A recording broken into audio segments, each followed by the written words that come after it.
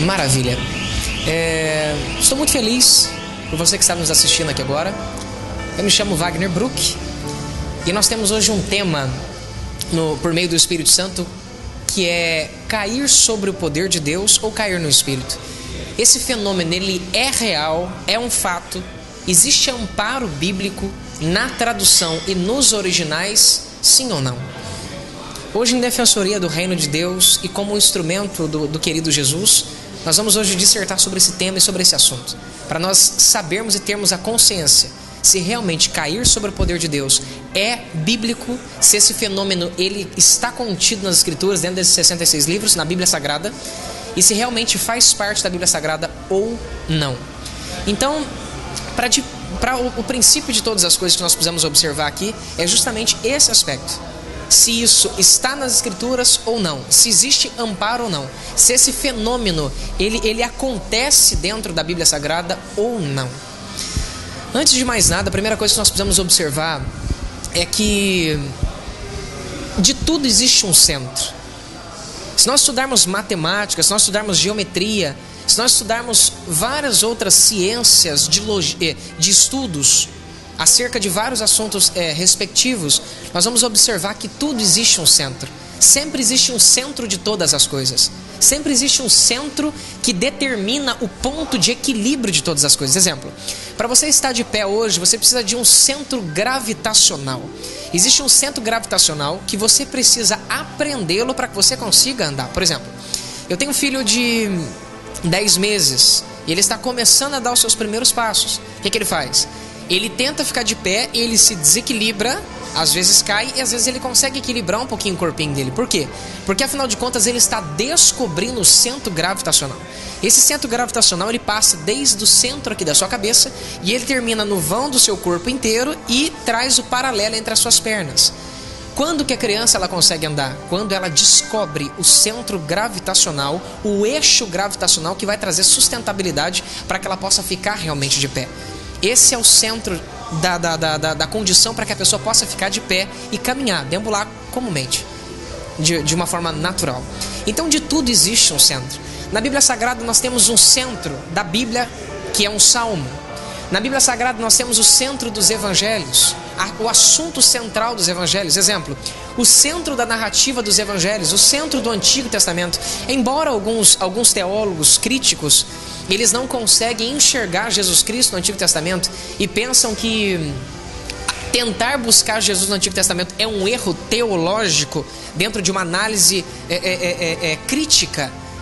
Nós precisamos aplicar também o centro de todas as coisas como um equilíbrio dentro de um plano de fé. Nós cremos que Jesus Cristo faz parte desde antes mesmo da criação da terra. Jesus Cristo ele é realmente existente antes da criação da terra. Quando nós pegamos o relato, no caso de João, o apóstolo, expressamente no capítulo 1, João justamente denota essa questão. João denota que antes mesmo da criação das coisas, antes mesmo de todas as coisas, Jesus Cristo já existia. Ou seja, para tudo existe um centro. Para nós estarmos no centro da vontade de Deus, o que nós devemos fazer? Como descobrir o centro do desejo de Deus? Como andar exatamente como Deus realmente quer que nós venhamos a andar? Como fazer a vontade de Deus segundo Ele realmente queira, que Ele quer realmente que nós venhamos a fazer? Como fazer isso? Para isso nós precisamos descobrir o centro de todas as coisas. E na narrativa de João, nós descobrimos justamente o centro de todas as coisas, que é o início de todas as coisas, que é o centro, onde traz o sentido central, onde traz a ideia central de todas as coisas, onde a mente do autor traz a expressão da mente de Deus. Então nós precisamos descobrir o centro. Para isso, João traz no capítulo 1 uma explicação de onde está o centro das narrativas e quem é o centro das narrativas. Exemplo, em João capítulo 1, versículo 1 está escrito assim: no princípio era o verbo, e o verbo estava, olha o verbo estar no passado, estava com Deus, e o verbo era Deus. O que afinal de contas João quis dizer com isso? Por que ele disse que nesse princípio ele era o verbo? Porque não é mais? O verbo não é mais?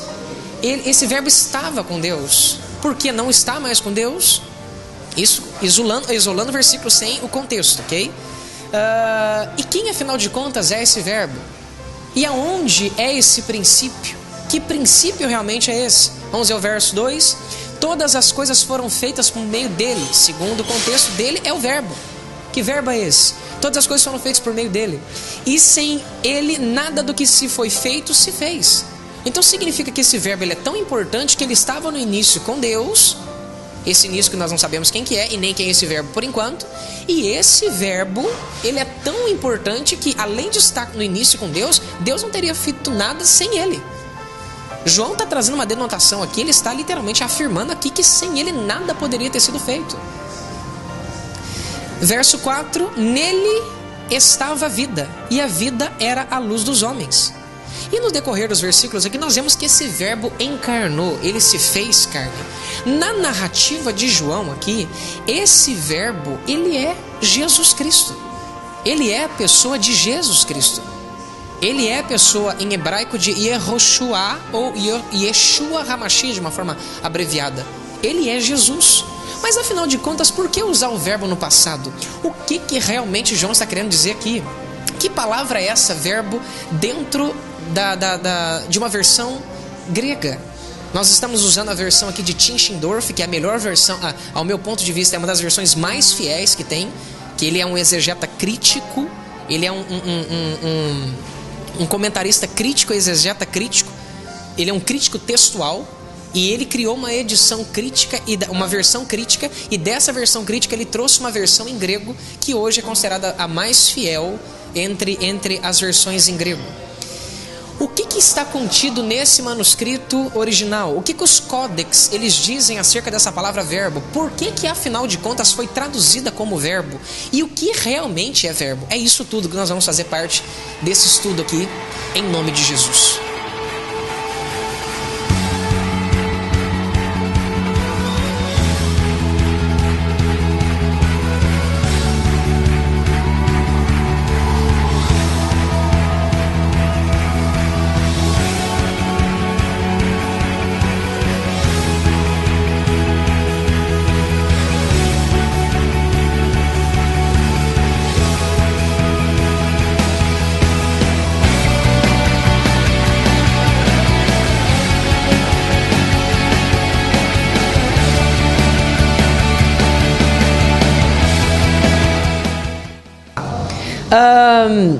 Uma coisa importantíssima que nós precisamos prestar atenção aqui. O porquê que João disse, continuando a narrativa, o porquê que ele disse era o verbo. Era por quê? Porque no princípio, que princípio é esse? Que princípio que ele está denotando? Vamos ver que princípio que é esse? Quando você abre a Bíblia Sagrada em Gênesis 1:1, você descobre que princípio é esse. Agora, por que era? Porque lá no princípio, quando Deus, que está dizendo que estava com Deus, quem estava principiando todas as coisas? Deus. Por que era? Porque ele estava no tempo do princípio. Essa palavra verbo aqui, a palavra original para ela é logos. A palavra logos, o sentido da palavra logos o sentido é bem simples. A palavra logos é uma coleção de pensamentos derivados de ideias expressadas em palavras. É isso que significa a expressão logos. A palavra logos, a raiz da palavra logos é a palavra lego. Seu filho já deve ter brincado, você deve ter alguém que conhece aquele lego de brincadeira. A palavra lego significa coleção. Então o sentido da palavra logos é uma coleção de ideias que derivaram pensamentos expressados em palavra. É isso que significa a palavra logos. É isso literalmente que significa. A palavra logos traz também o sentido de faculdade mental de pensar. Denota também a palavra essencial, literalmente, de Deus, e demonstra uma palavra viva que está certamente expressada em palavras, trazendo uma denotação de um conceito e de uma ideia. É isso que significa literalmente a palavra logos, ok? Por que então que foi traduzido como verbo? Por que foi traduzido como verbo? É simples. Uma ideia foi convergida em um pensamento, foi transformada em um pensamento, porque primeiro você tem uma ideia, depois você pensa sobre aquela ideia. Depois que foi feito um pensamento, existiram novas ideias que denotaram novos pensamentos, então foi feita uma coleção desses pensamentos. Depois, como que eu descubro o pensamento de alguém? Duas formas. Ou Deus me revela o seu pensamento, ou o pensamento de alguém, ou então, ou literalmente então, essa pessoa descreve o que essa pessoa pensa. Ou seja, essa convergência, essa conversão, melhor dizendo, em transformação de um pensamento para uma palavra, essa ação de transferir um pensamento e expressá-lo em palavra, isso é uma ação. Por isso é traduzido aqui como o verbo. E no princípio era o verbo. Existem outras traduções que trazem uma denotação perfeita aqui. Como essa palavra significa dizer, é diz que a raiz é disse, é dizer. Alguns tradutores traduziram como palavra também. Por quê? Porque você só pode dizer palavras que expressam pensamentos que vêm derivados de uma ideia. Por isso que Jesus Cristo, ele é o verbo de Deus. Ele é a ação de Deus. Ele é literalmente a ação de Deus. Agora, que princípio é esse que João denota aqui? Para nós descobrirmos que princípio é esse, nós precisamos ir para o princípio, no livro de Gênesis. No livro de Gênesis, capítulo 1, versículo 1, nós temos o princípio que João está denotando aqui e explicando. O que está escrito lá? No princípio criou Deus os céus e a terra. Em hebraico fica Bereshit bara Elohim.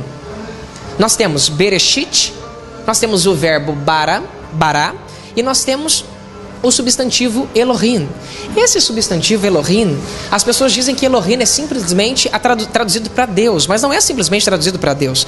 A palavra Elohim pode ser traduzida de 3 formas, literalmente 3 formas. Primeira delas, ela pode ser traduzida como deuses, ela pode ser traduzida como uma pessoa importante, ou ela pode ser traduzida como Deus, o eterno, o Deus de Israel.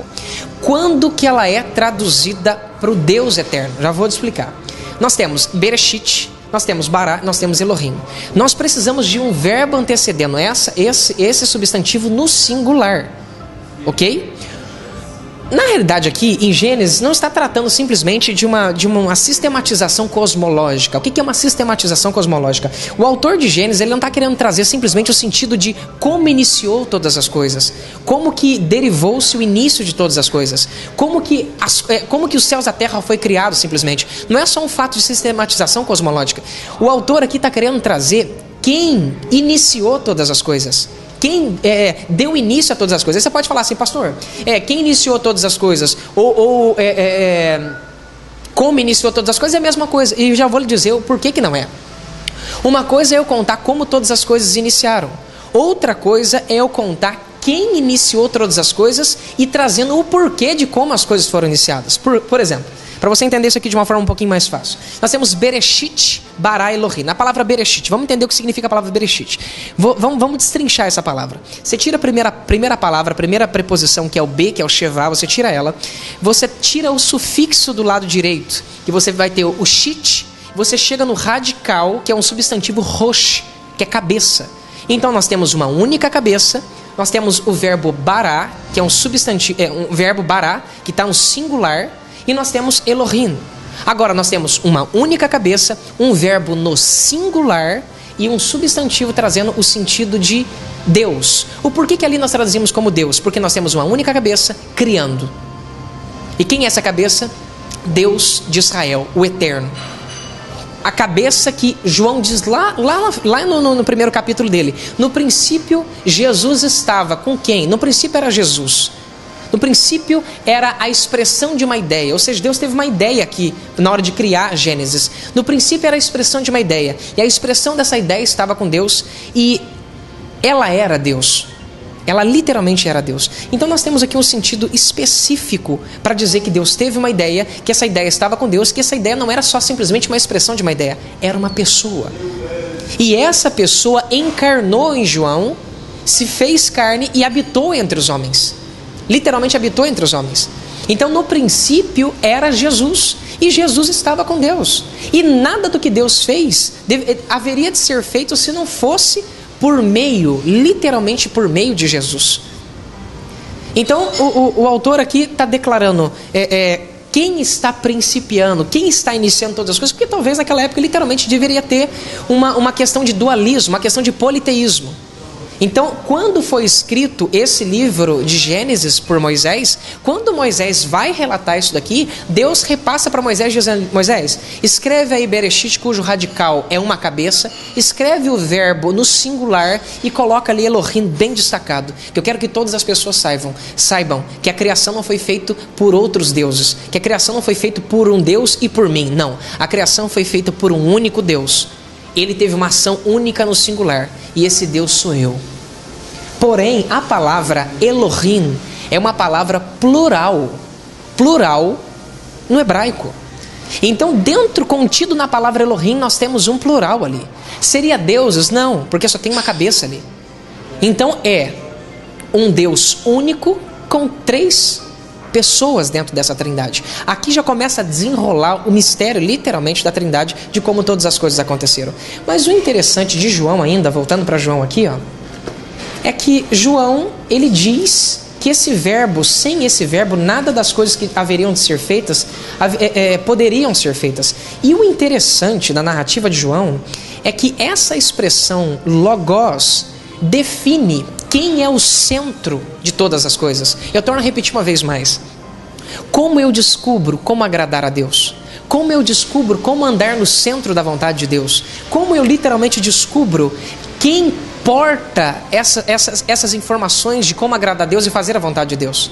A palavra logos, ela está derivada aqui a Jesus Cristo, e logos denota que é realmente Jesus.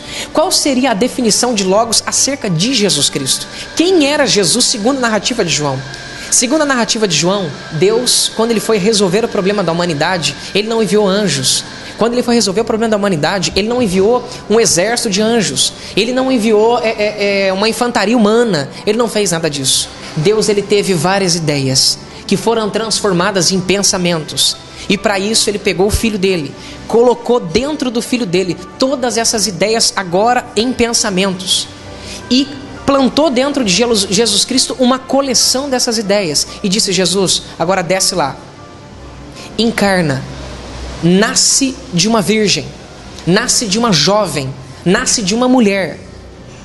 E põe em prática, em ação, tudo que eu estou colocando dentro de você. Ou seja, Jesus Cristo, ele é uma coleção de ideias transformadas em pensamentos, que se fez carne, em ação, manifestado, expressando a perfeita e genuína vontade de Deus. É isso que Jesus Cristo é. Você quer descobrir qual é a vontade do Pai? Estuda Jesus Cristo. Você quer descobrir o que agrada ao Pai? Estuda Jesus Cristo. Você quer descobrir o que é perfeito, o que é santo, o que é justo, o que é reto? Estuda Jesus Cristo. Você quer descobrir o que você precisa para ser salvo? Estuda o que Jesus disse. Você quer descobrir quem é o centro da verdade absoluta? Estuda Jesus Cristo. Por isso Jesus Cristo avisou e disse: as palavras que eu vos digo, elas são espírito e vida. É as palavras que eu digo. Por isso em Mateus capítulo 28, nas últimas expressões ele disse: ide por todo mundo e pregar o evangelho. Aqui ele declara o que realmente que evangelho que é esse que tem que ser pregado, ensinando-os a guardar tudo que eu, primeira pessoa do singular, tudo que eu, tudo que ego, tudo que eu, ego em grego, tudo que eu vos tenho mandado. Ensina o que eu mando, não o que as pessoas mandam. O porquê, afinal de contas, eu quero declarar que realmente Jesus Cristo ele é o centro de todas as coisas? Por quê? Quem que não se recorda daquela passagem aonde nós vamos dissertar um pouco sobre ela aqui também, aonde nós vemos Moisés, Elias e mais Deus. Aí sai a voz de Deus no meio de uma nuvem luminosa, no meio da sombra daquela nuvem, no meio daquela nuvem sai uma voz dizendo: este é o meu filho a quem eu me comprazo. Ouvi a ele ouvi. Nós temos ali o representante da lei, nós temos ali o representante dos profetas, e nós temos ali o representante de todos, o dono de todos, que é Deus. Nós temos aquele que vai trazer realmente o verdadeiro sentido de todas as coisas ali. E ele disse: a ele somente escutai. Somente a ele escutai. O porquê disso? O porquê é que centralizou-se tudo em Jesus? Hoje nós temos discípulos, como no caso de Pedro, que para alguns Pedro virou um papa. E ele hoje normatiza leis sobre as pessoas, legisla leis sobre as pessoas hoje. E hoje as pessoas escutam mais Pedro, segundo um conceito distorcido do catolicismo romano, do que realmente expressamente a voz de Jesus. Hoje o Papa tem mais voz do que de Jesus Cristo. Hoje existe um livro dos ensinamentos do Papa. Eles dão mais valor nesses ensinamentos do Papa do que realmente na Bíblia Sagrada. Hoje, se você prestar atenção, eu não estou descredibilizando Paulo e nem ninguém. Eu não estou descredibilizando Pedro. Por exemplo, aonde está escrito na Bíblia Sagrada que Jesus Cristo pediu para que nós matássemos as pessoas, que não escutasse o Evangelho ou que praticasse qualquer tipo de coisa? Jesus Cristo disse: eu sou a ressurreição e a vida. Mesmo que você esteja morto, viverá. Se você crê nele, você vai viver. O que eu quero dizer a você, isso serve não só para os apóstolos, isso serve não só para os pastores de hoje em dia. Hoje existem pastores que doutrinam a igreja e doutrinam coisas que são pessoais dele, não fazem nem parte da Bíblia Sagrada. Eles doutrinam por si só. Hoje as pessoas dão mais valor em preceitos humanos, doutrinas humanas, como diz em Marcos 7,7, do que literalmente nas palavras de Cristo Jesus. Nós pegamos hoje Paulo doutrinando a igreja mais do que Cristo Jesus. Preste atenção. 80% a 90% das doutrinas hoje vem de Paulo. Mas peraí, pastor, Paulo, ele não falava inspirado pelo Espírito? Falava. Só que você vai encontrar algo em Jesus que você nunca vai encontrar em outras pessoas. Jesus nunca pecou, Jesus nunca errou e Jesus nunca passou por um processo de aperfeiçoamento. Nós vemos Paulo várias vezes dizendo: digo eu, mas não o Senhor. Aí eu te pergunto, quando ele está dizendo, eu tenho que escutar a voz dele? Ou o centro de toda a narrativa é Jesus? Torno-te a dizer, Paulo é um homem cheio do Espírito Santo, Pedro é um homem cheio do Espírito Santo, mas eu torno a dizer uma coisa a mais. A partir do momento que Paulo disser alguma coisa que Jesus Cristo não disse, ele está saindo fora do centro do equilíbrio. A partir do momento que Pedro fizer alguma coisa que Jesus Cristo não disse, ele está saindo fora do equilíbrio. Eu te pergunto, aonde Jesus Cristo ensinou que nós deveríamos determinar a morte de pessoas? Ou afinal de contas você não lembra de Pedro dizendo: que te seja feito como foi feito ao teu esposo Ananias. E Safira cai e morre, e morre naquele exato momento. O peso da unção de Deus que estava sobre Pedro trouxe para ele uma cabeça e uma condição de determinar coisas que ele não deveria determinar. Ou você se esquece de quando Pedro e João chegaram diante de Jesus, João disse para ele: Jesus, o pessoal não escutou ali o Evangelho. Podemos orar para que desça fogo do céu e destrua toda a cidade? E Jesus Cristo disse: eu não vim para isso. Não é isso que você tem que fazer. Afinal de contas, Pedro negou Jesus, ele errou. Como também o caso de Ananias também errou. Mas Jesus Cristo esperou Pedro, que negou Jesus, cair a ficha dele de verdade e ter uma nova oportunidade. Eu te pergunto, Ananias não poderia ter uma nova oportunidade? Esse jeitão todo explosivo de Pedro acabou trazendo um erro para aquilo que ele deveria ser feito ali. Quantos não se lembra dos erros que Paulo disse? Um dia ele fala não precisa de Marcos, depois lá na frente ele já vê que ele precisa. Mateus, você pega ali em 1 Coríntios capítulo 5, Paulo dizendo: eu já dei a minha sentença. Então a sentença dele não vem de Deus, vem dele. E depois ele endossa a sentença dele em nome de Jesus. Uma coisa é falar em nome de Jesus, outra coisa é transmitir para as pessoas o que Jesus ensinou. Aí você pergunta assim: pastor, mas é tudo um complemento. É tudo um complemento? Tudo que deveria ser ensinado foi ensinado por Jesus. Mas pastor, Jesus não denota aquelas palavras de Paulo? Denota sim. Os ensinamentos dele estão todos ali. Quantas palavras Paulo pegou do que Jesus Cristo ensinou e destrinchou de uma forma maravilhosa no Espírito Santo para o nosso próprio entendimento? Quantas?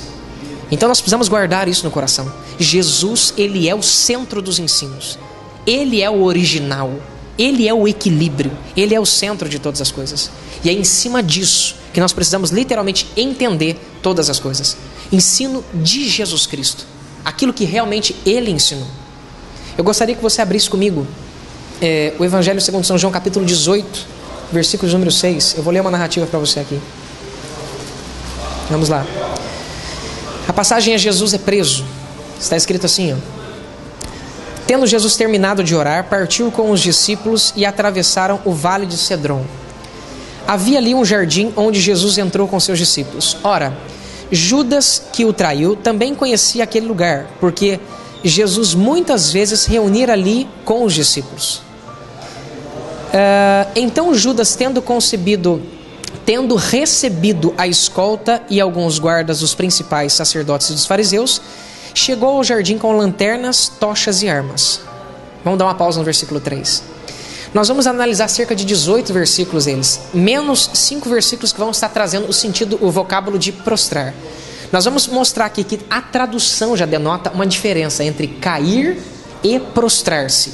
Muitas discussões acontecem hoje no nosso meio sobre pessoas que dizem assim: não, pastor, peraí, o senhor está errado. Ali em tal passagem fulano se prostrou. Em tal passagem fulano caiu. Nós vamos trazer aqui o estudo segundo o grego, segundo os originais, para nós vermos se realmente eles se prostraram ou não, se isso realmente aconteceu ou não. Nós vamos dissertar aqui várias passagens, como por exemplo, João capítulo 18, versículo 6, Mateus capítulo 17, versículos 5 e 7, Atos dos Apóstolos capítulo 9, versículo 4, Apocalipse capítulo 1, versículo 17 e várias outras passagens do Antigo Testamento que nós já vamos desenrolar ao longo do tempo. Na narrativa, você fala: não, pastor, mas não tem nada de espiritual aqui. Não tem nada de espiritual? Versículo número 4, sabendo Jesus todas as coisas sobre o que havia de vir, adiantou-se e perguntou-lhes: a quem buscais? Responderam-lhe: a Jesus de Nazaré. Disse Jesus: sou eu. E Judas, que o traía, estava com eles. Aí depois nós vemos Jesus Cristo dizer na tradução: quando Jesus lhes disse sou eu, recuaram e caíram por terra. Recuaram e caíram por terra. Se não existisse nada de espiritual aqui, como que Jesus ele saberia de todas as coisas? Como que ele poderia se antecipar, como está dizendo aqui a narrativa? Adiantando-se, perguntou. Adiantando significa que ele foi para frente e perguntou. Ele adiantou a palavra.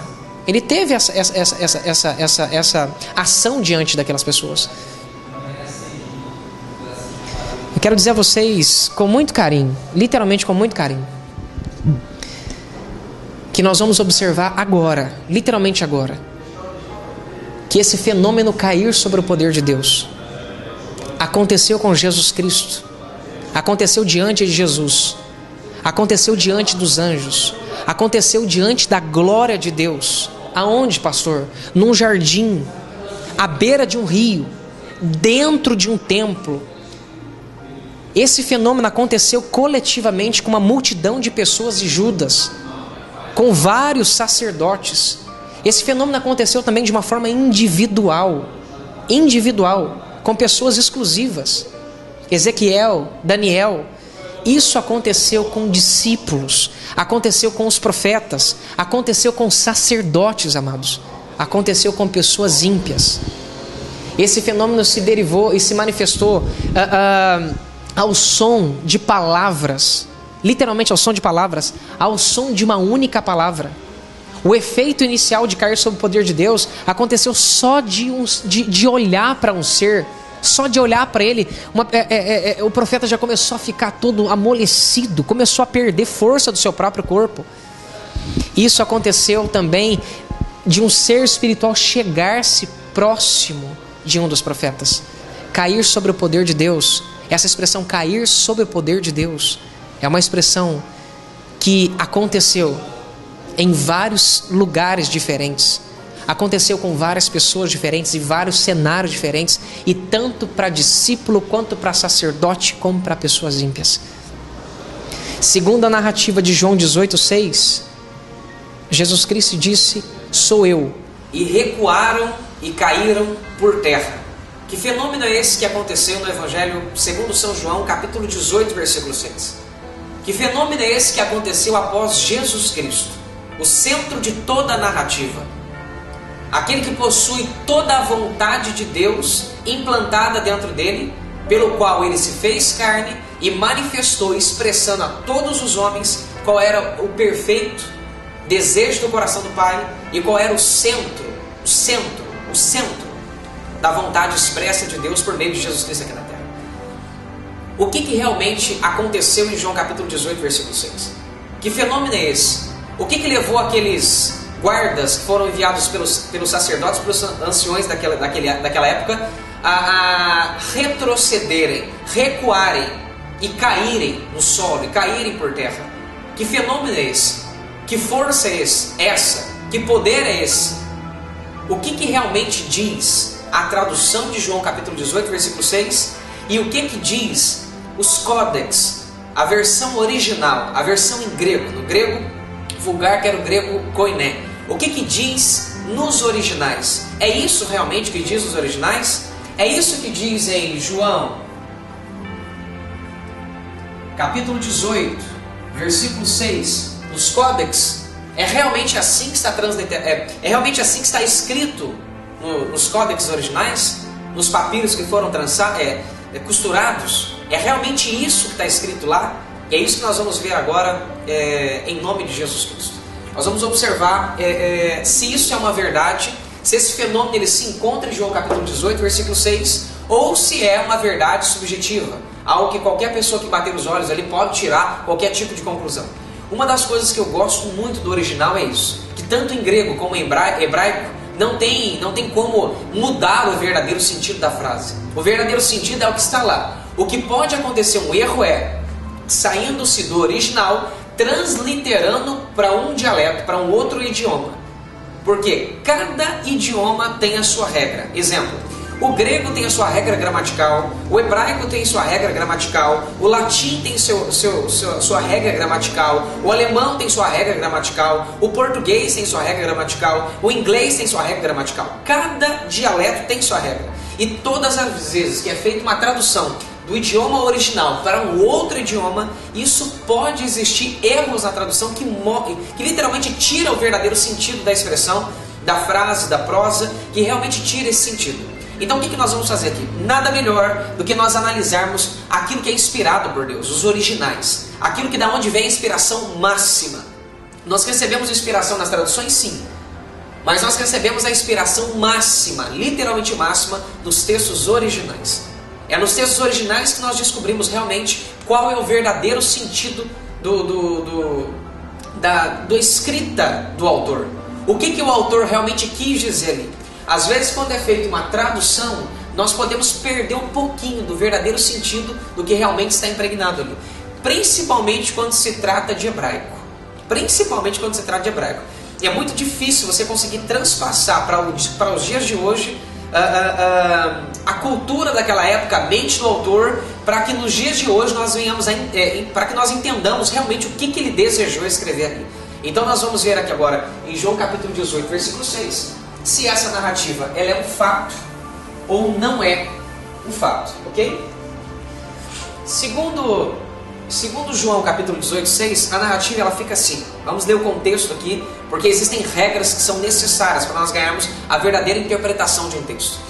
Primeira coisa que nós precisamos aprender para nós desenrolarmos esse texto de uma forma correta e coerente. Primeiro, nós precisamos de pré-texto, nós precisamos do texto, nós precisamos do pós-texto, nós precisamos de todo o contexto, do fundo histórico e principalmente, fazer esse processo de pré-texto, texto, pós-texto, e todo o contexto, uma análise minuciosa das palavras. Isso é um trabalho hermenêutico. Você vai estudar os textos ali e vai fazer o paralelo de todos os outros evangelhos. Isso é um trabalho hermenêutico. Mas se nós queremos a verdadeira revelação do que realmente existe, nós precisamos aplicar algumas coisinhas a mais. Nós precisamos do fundo histórico do que acontecia naquela época para nós entendermos qual que era o tempo deles e o principal. Nós precisamos fazer um trabalho exegético do texto. O que um exegeta ele faz? Um exegeta ele não faz análise de tradução. Um exegeta ele não estuda somente os vocábulos em grego ou os vocábulos em hebraico. O exegeta ele trabalha com a edição crítica, análise textual crítica textual. É isso que o exegeta faz. O exegeta ele vai lá dentro do aparato crítico e começa a estudar as variantes, as palavras e tudo que existe dentro de um aparato crítico para descobrir o verdadeiro sentido do que realmente está escrito lá. E nós vamos hoje aqui trazer toda a dissertação em cima, preste bastante atenção. Eu não vou escrever o aparato crítico aqui. Eu vou mostrar para vocês qual foi o aparato crítico que nós utilizamos, que hoje é considerado o mais fiel, que é o aparato de Tischendorf.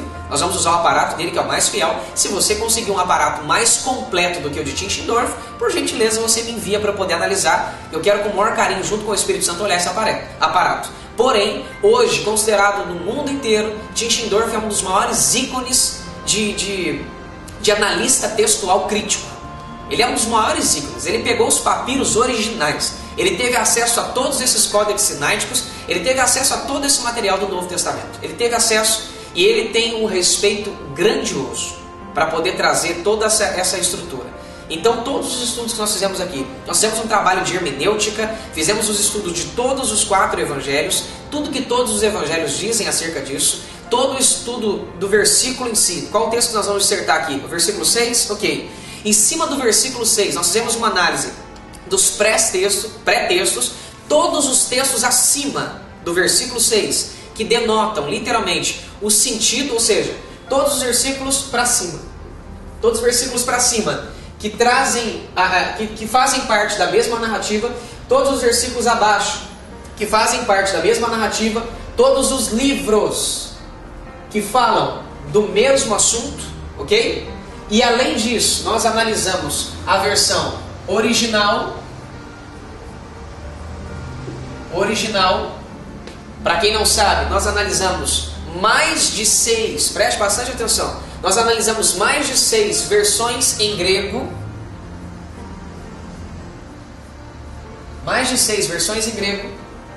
nos focamos, preste bastante atenção, nas versões que são hoje consideradas mais fiéis, que são as versões de Tischendorf, isso é só uma abreviação do nome dele, e a versão BNT, que tem um excelente dicionário, tá? Nós usamos os melhores dicionários que existem no mundo. Usamos o Thayer, usamos todos os outros dicionários que trabalham com a parte grega e hebraico, como também o Strong, que também fala da parte hebraica. Nós trabalhamos com todos os melhores dicionários que tem no mercado existentes hoje. Pense num bom dicionário, foi esse dicionário que nós utilizamos. Foi um trabalho de pesquisa profunda aqui, ok? Então nós vamos nos fixar aqui nessas 2 traduções que são as mais fiéis, ok? São literalmente as mais fiéis, que é de Tischendorf e BNT, tá? Além de nós analisarmos mais de 6 versões em grego, que eu vou colocar na tela para vocês daqui a alguns minutinhos, nós também analisamos todas as versões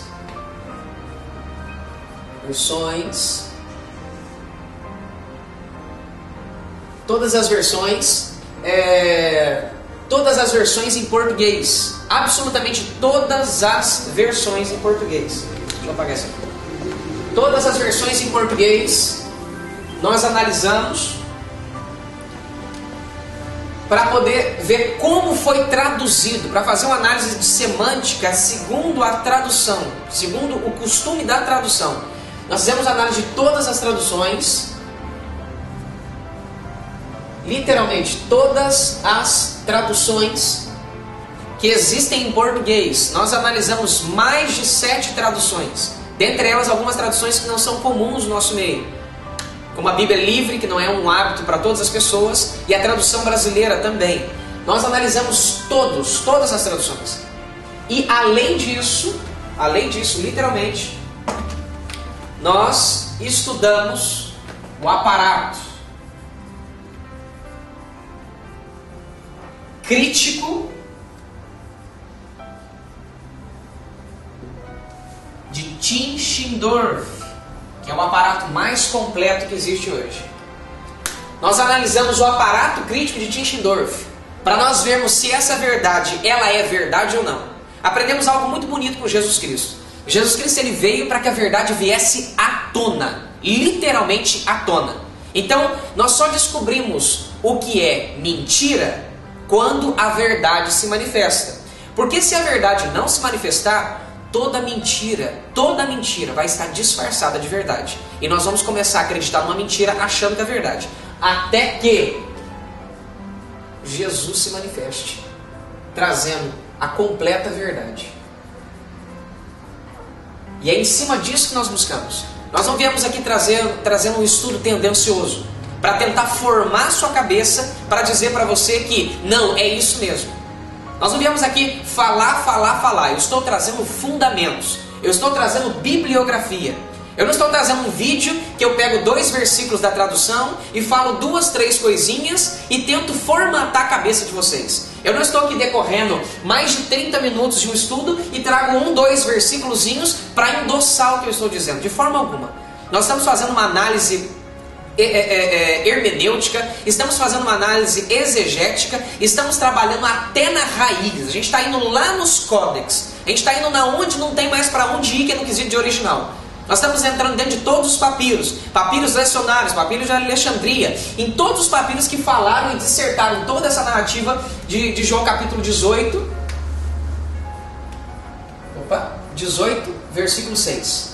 Toda a narrativa que fala sobre esse capítulo. Nós estudamos tudo o que é necessário para nós descobrirmos se o fenômeno que aconteceu aqui, ele é um fato ou se ele é um mito. Se isso realmente aconteceu ou se isso não aconteceu. Todo o estudo que nós fizemos no capítulo 18, versículo 6, nós fizemos em todos os outros estudos. Mas nós aprofundamos ainda mais naquilo que Jesus Cristo fez, porque nós não podemos esquecer que Jesus Cristo ele é o centro de todas as coisas e ele é a verdade absoluta, ok? Então vamos ler aqui o que a narrativa descreve. Deixa eu ficar com esse apagador aqui nas mãos. A narrativa está escrita assim, ó, capítulo 18, versículo 1 de João, ok? Tendo Jesus terminado de orar, partiu com os discípulos e atravessando o vale de Cedron, havia ali um jardim.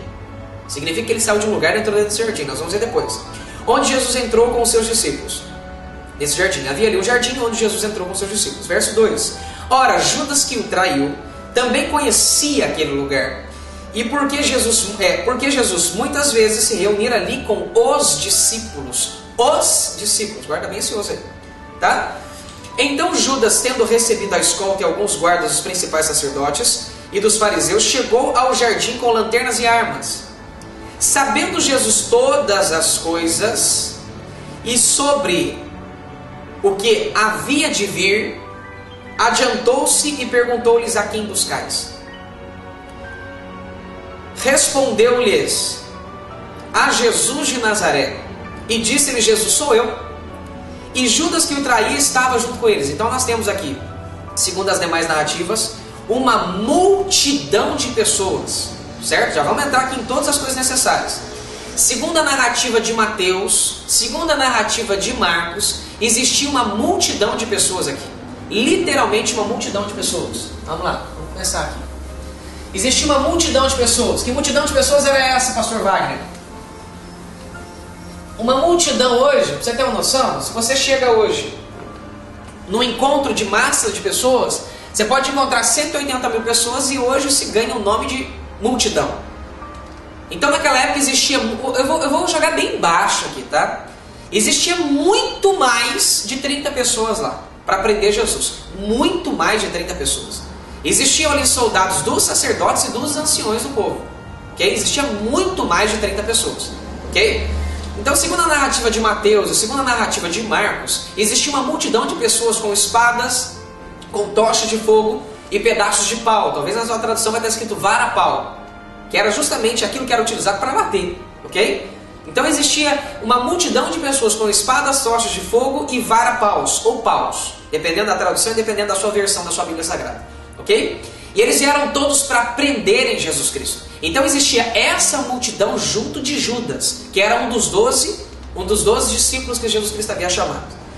Então Jesus Cristo ele responde: eu estou fazendo uma leitura de novo, eu já fiz com vocês ali, estou fazendo a leitura toda de novo para não existir nenhum tipo de erro, tá? Existia toda essa multidão. Depois Jesus Cristo ele se adianta e diz: sou eu. É notório que você preste atenção desde agora. No único evangelho que você vê detalhes antes deles lançarem mão em Jesus, é só aqui em João. E depois eu vou te explicar o porquê que é só aqui em João, ok? Só aqui em João que você tem todas essas informações antes deles lançarem mão em Jesus. É só aqui em João, ok? Aí Jesus se antecipa e diz: a quem buscais? Aí depois eles dizem a Jesus de Nazaré. Jesus diz: sou eu, verso 5. E Judas que o traía estava junto com eles. Verso 6, que é o verso que nós escrevemos aqui. Verso 6. Quando Jesus lhes disse: sou eu, recuaram e caíram por terra. Verso 7. Tornou-lhe a perguntais: a quem buscais? É estranho, ele já não tinha dito pela primeira vez? Por que não foram lá e tomaram mãos dele e o prenderam? Por que não fizeram isso já? Nós já vamos descobrir o porquê disso. Tornou-lhe a perguntar: a quem buscais? E disse: a Jesus de Nazaré. E respondeu Jesus no verso 8: já vos disse, eu já vos disse que sou eu. Se é a mim que buscais, deixa estes ir. Ok? Segundo a tradução aqui, eu já quero te fazer algumas perguntas. Segundo a tradução aqui, eu já quero fazer algumas perguntas para você. Deixa eu deixar aqui. Eu já quero fazer algumas perguntas para você. O que aconteceu naquele momento, segundo a tradução, para fazer com que aqueles soldados que estavam indo de encontro a Jesus, eles viessem a recuar, a retroceder, a ir para trás e cair por terra? O que Jesus Cristo disse para fazer com que eles viessem a cair por terra? Será que Jesus disse alguma palavra psicológica ali? Será que Jesus trouxe alguma palavra de sugestão, para tentar tocar a mente daquelas pessoas, para fazer com que eles viessem a recuar para trás e cair por terra? Se estivesse escrito ali somente recuaram, talvez eles ficaram com medo com o que Jesus Cristo disse. Mas é estranho uma multidão ter medo de 3 pessoas. Nós vamos descobrir que não estavam os 12 ali, somente 3. No local exato onde Jesus foi preso, só tinha 3. Quem eram os 3? Pedro, Tiago e João. Eram só os 3 que estavam lá no momento em que Jesus Cristo foi preso. E você vai ver isso demonstrando com todas as letras em Mateus e Marcos. Para quem não sabe, o Evangelho segundo São Marcos é hoje o Evangelho que tem a maior credibilidade. Por quê? Porque foi o primeiro Evangelho a ser escrito. Foi literalmente o primeiro Evangelho a ser escrito. Subsentende-se hoje pelos sábios, pelos estudiosos de análises críticas, que tanto Mateus como Lucas pegaram na sua fonte o Evangelho de Marcos, que foi o Evangelho mais quente da época, foi o primeiro Evangelho que saiu. Segundo a narrativa de Mateus, segundo a narrativa de Marcos, quem estava presente ali era literalmente Pedro, Tiago e João, como for escrito aqui. Segundo a narrativa de João, João destaca muito bem ali, dizendo que Pedro estava ali. Tanto que só em João nós encontramos informações que nos outros evangelhos nós não encontramos. E nós vamos entender o porquê disso, ok? Que força é essa que fez esses soldados ímpios, que eram dos sacerdotes e dos anciões daquela época, recuarem e caírem por terra? Se eles só viessem a recuar, talvez seria por alguma coisa que Jesus Cristo tivesse dito. Será que Jesus lançou alguma coisa na mente deles? Como uma técnica psicológica para ficar mais fácil para você entender? Eu não vou falar em termo psicológico aqui não, vou usar isso aqui para você poder entender. Será que Jesus Cristo fez isso? Agora eu te pergunto, como Jesus Cristo, com mais 3 pessoas, conseguiria intimidar num momento tão rápido que foi aquele, uma multidão de pessoas com espada, pau e tocha de fogo? Aí eu te pergunto, o que aconteceu que fez com que essas pessoas fossem tiradas da sua ação, a prática da sua ação? Eles estavam indo para frente e de repente eles retrocedem, eles foram para trás, eles recebem, alguma coisa acontece que fazem eles retrocederem e caírem por terra. Aí eu te pergunto, segundo a narrativa de João, que é a mais fiel, e eu vou te explicar o porquê que ela é mais fiel, segundo a narrativa de João, absolutamente, Jesus faz 2 vezes a mesma pergunta. A quem buscais? Eles a Jesus de Nazaré, ele diz, eu sou. E ninguém vai lá e põe a mão nele. Ninguém vai lá e põe a mão nele. Depois que eles recuam e caem por terra, aí Jesus Cristo pergunta de novo, a quem buscais? Eles a Jesus de Nazaré. Jesus diz, eu já não disse que sou eu. E por que vocês não vieram aqui me prenderam? Por que vocês não me prenderam aqui, sendo que eu já disse para vocês que sou eu? Eu estou dando aqui uma parafrase para você poder entender. Isso aqui é a versão atualizada de Wagner Bruck, só para você poder entender isso daqui, tá? Por que eles não prenderam Jesus naquele momento? Sendo que Jesus já tinha identificado quem realmente ele era. Aí Jesus libera a ordem para eles, e eu vou explicar para vocês que quem estava no controle dessa narrativa era literalmente Jesus Cristo. Jesus Cristo, ele diz para eles, é a mim que buscais? Eu estou aqui. Mas a estes, deixai-os ir. Guarde bem essa frase. Deixai-os ir. Agora nós vemos aqui, segundo a tradução, que alguma coisa sobrenatural aconteceu. Jesus, ele falou aquela frase que ele disse, eu sou, segundo a tradução está escrito sou eu, mas eu vou te explicar também o porquê disso. Jesus, ele disse, eu sou, e aquela multidão de capangas, de soldados, eles recuam e caem por terra. No momento em que Jesus Cristo diz, eu sou, o poder de Deus é manifestado naquele lugar, ao ponto de fazer aquele povo recuar e cair por terra. É isso realmente que aconteceu ali. Pastor, isso não está escrito ali. Vamos ver se isso aconteceu ou não aconteceu? Vamos ver se o original traz esse sentido ou não? Vamos ver se isso realmente está acontecendo lá? Então, torna a repetir. Nós analisamos todas as versões necessárias em grego, todas as traduções em português, e todas elas dizem a mesma coisa. Agora nós vamos ver se as traduções elas estão fiéis ao texto original ou se não estão fiéis. E se não estão fiéis, o que ainda falta no original para que isso aconteça? Vamos ver o que essa expressão em grego diz. Segundo a versão de Tischendorf, eu vou sempre deixar, presta bastante atenção, eu vou sempre deixar nesse cantinho aqui, ó, a versão em grego que nós estamos usando. Pastor, por que o senhor está usando a versão de Tischendorf? Porque nós estudamos, preste bastante atenção, nós estudamos o aparato crítico, nós fizemos o trabalho exegético desse versículo e de toda essa narrativa. Nós fizemos expressamente o trabalho exegético desse versículo de João capítulo 18, versículo 6, para ver se existem variantes, para ver se esse texto ele é genuíno ou não, para ver se ele consta nos melhores papiros ou não, ok? Nós fizemos uma análise disso. Então as versões que nós vamos dissertar aqui vai ser a versão de Tischendorf e também a versão BNT, uma versão grega também. As duas versões melhores que tem hoje, que são consideradas mais fiéis, ok? Então sempre nesse cantinho vai ter essas letrazinhas ali para você saber qual versão nós estamos usando. Eu vou deixar bem pequenininho aqui. E agora nós vamos escrever em grego o que realmente aconteceu aqui. Nós vamos escrever João capítulo 18, versículo 6 em grego e vamos analisar isso daqui segundo Tischendorf.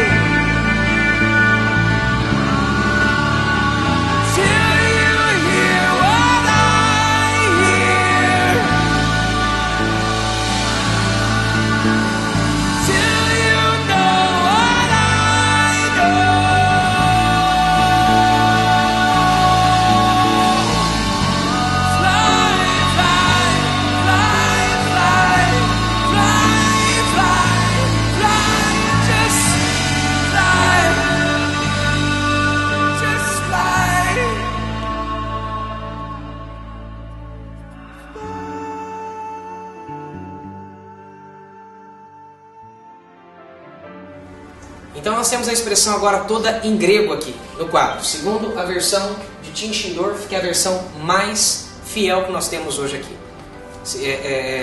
em grego. Eu vou explicar algo para vocês, para ficar algo bem claro dentro do coração de vocês, para vocês entenderem por que eu estou dizendo Tischendorf.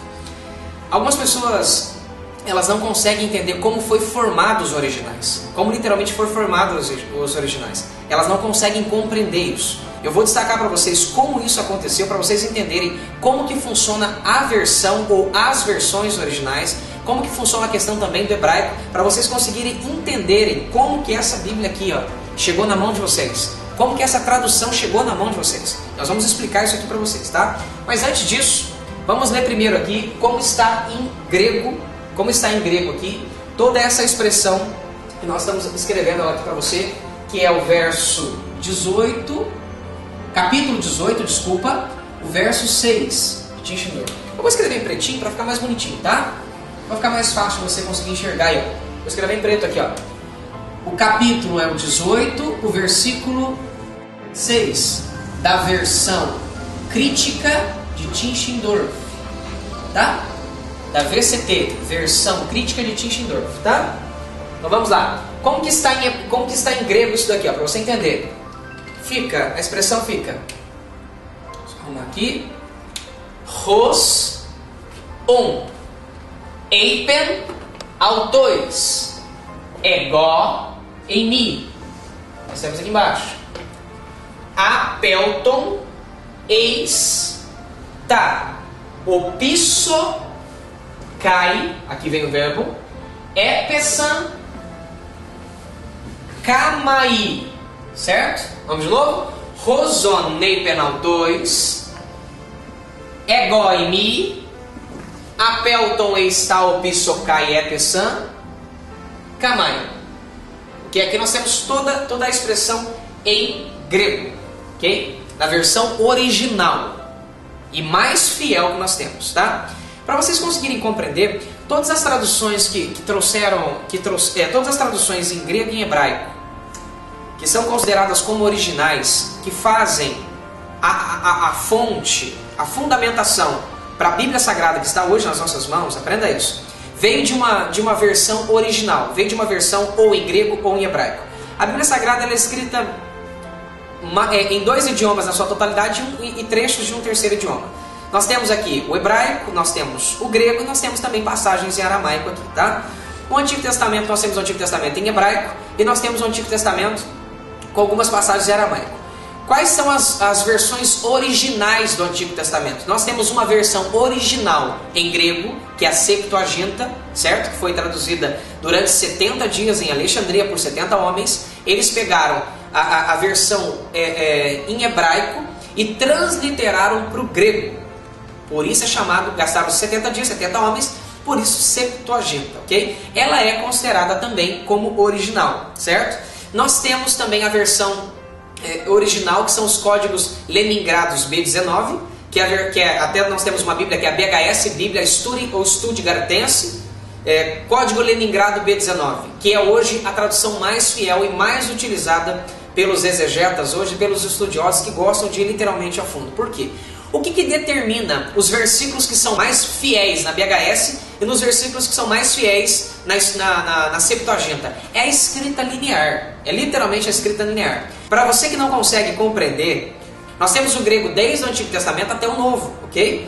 Nós tivemos um material em hebraico que foi utilizado para poder ganhar acentuação massorética, são os acentos massoréticos pelos massoretas, e nós temos um material hebraico que foi utilizado para o pessoal transliterar nesses 70 dias a Septuaginta. Então nós tivemos duas fontes diferentes. Aí você pergunta, pastor, aonde está esse material? Não existe mais. A única coisa que sobrou para nós hoje é a versão massorética, que na sua totalidade não foi transliterada, só recebeu acentuação, por isso também é considerada como mais fiel, e a sua escrita linear, existe um grande material com uma escrita linear que traz uma fidelidade muito maior, enquanto da Septuaginta, que é uma tradução, embora em alguns casos, algumas passagenzinhas na Septuaginta tem uma linguagem linear mais fiel do que da Bíblia hebraica, a BHS, que é a Bíblia hebraica Stuttgartense, código Leningrado B19, ok? Então, algumas passagens da Septuaginta. Agora, pastor, por que nós vamos usar a BHS? Porque a BHS tem um material mais fiel do que a Septuaginta, ok? Então é importante que você consiga compreender isso daqui. Pastor, é muita informação, vai com calma, reassista novas vezes. Talvez se você assistir uma vez só, você não vai conseguir entender. Mas é importante você entender o que está na sua mão, para você também entender como chegar nos originais e como descobrir a verdadeira verdade dos fatos, ok? No Antigo Testamento, nós temos uma versão grega e uma versão hebraica, uma versão transliterada de um material hebraico e uma versão hebraica que recebeu, preste atenção, a acentuação massorética, ou seja, não foi transliterado.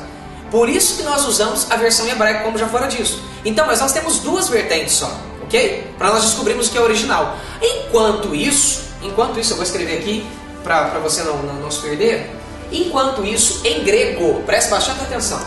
Como que se chega nas versões? Nós temos várias, várias, deixa eu apagar aqui que a gente começa a escrever em português, quase que a gente começa a escrever caractere aqui em grego. Várias, certo? Nós temos várias versões em grego. Elas se derivam da onde? Elas se derivam literalmente da onde? Dos aparatos, eu vou abreviar com AP aqui, aparato crítico, certo? Os aparatos críticos. Pronto, assim fica mais fácil.